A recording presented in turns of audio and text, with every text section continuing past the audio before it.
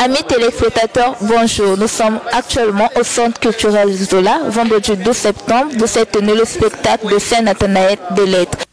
Je vous prie de suivre cet entretien exclusif. Bonsoir Saint-Nathanaël des Lettres. Bonsoir madame. D'abord, mes félicitations pour le spectacle qui a été vraiment bien réussi. Et quelles sont vos appréciations par rapport au rendu? Ciel de gratitude. Mes appréciations s'arc-bouteraient sur beaucoup de choses. Mais pour la tant recherchée évidence de cette interview, je m'appuierai simplement sur l'appréciation de joie globalement, de gaieté, de satisfaction et d'accomplissement.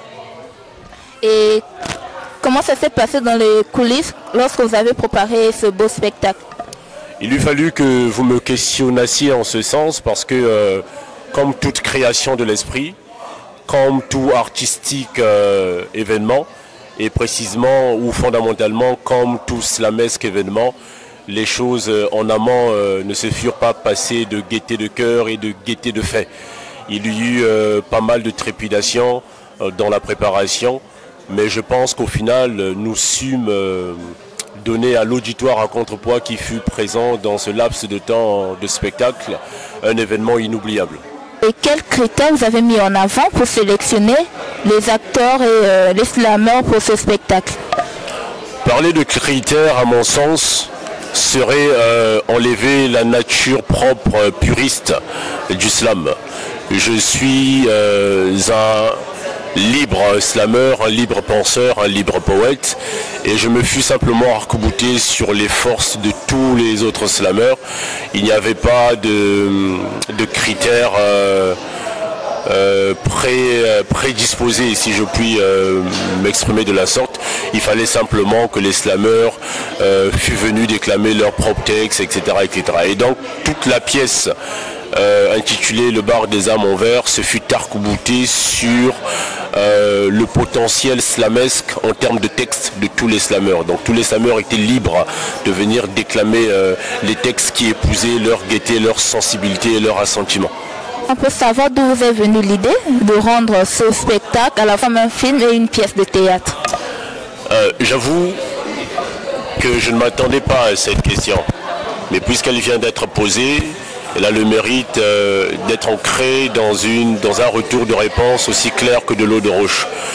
Puisqu'il faut rendre à César ce qui appartient à César, cette initiative fut le produit d'une conversation entre M. Yvan Mwanda et moi, dit poète noir.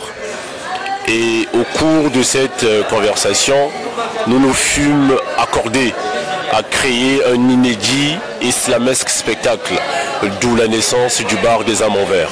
Simplement. Quel est le prochain rendez-vous de Saint-Nathanaël des Lettres? Éventuellement, quel serait le prochain rendez-vous de Saint-Nathanaël des Lettres? Difficile de vous répondre sur le moment, mais j'ai dans la gorge de mes gamberges interminables le marché de la poésie. Le marché de la poésie, pourquoi? Parce qu'on voudrait à ce moment créer toujours dans l'inédit un spectacle immersif qui permettrait au public de monter sur la scène, d'être acteur principal de la scène et permettre au public, du moins à chaque composante du public, de monter sur la scène et d'acheter une marchandise de poésie.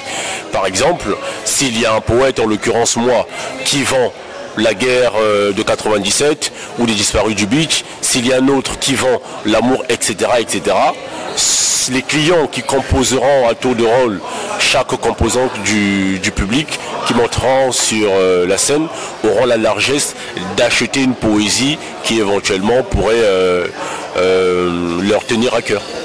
Et un mot pour Congo Culture qui vous a accompagné dans cette aventure? Congo Culture n'est plus à présenter. Congo Culture est un gargantuesque moteur de propagande, de culturelle propagande. Congo Culture, la chaîne de la culture générale, est un pilier dans la médiatisation des événements culturels au Congo-Brazzaville. Et je suis bien aise, je suis fort aise d'être toujours protagoniste par excellence de ce média qui, à mon sens, fait plus que du bon travail. Et force à Congo Culture, force à toutes ces initiatives. Et j'espère vivement qu'avec Congo Culture, nous serions encore bien aises de collaborer pour les prochains événements.